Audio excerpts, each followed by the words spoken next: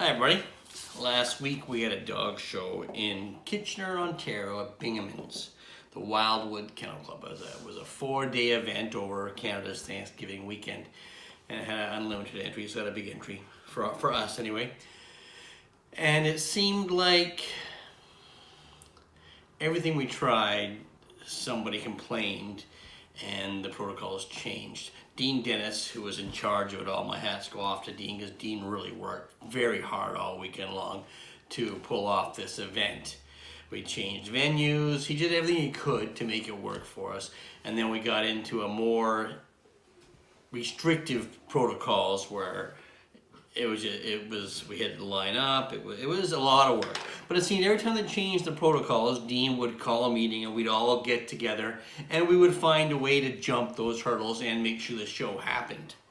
So it was really good to see that type of camaraderie. So that brings us to this week's top 10.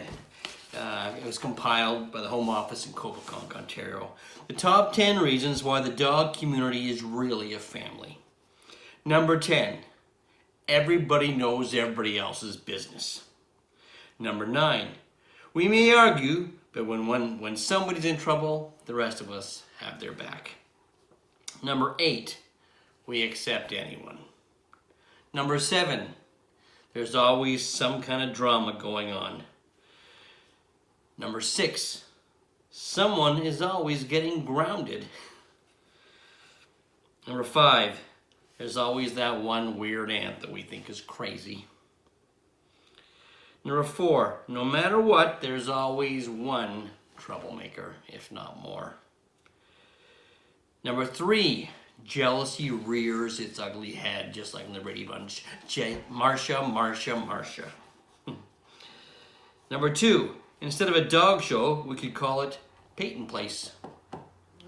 And the number 1 reason why the dog community is really a family, when life hands us lemons, we make lemon twist martinis. Till next week.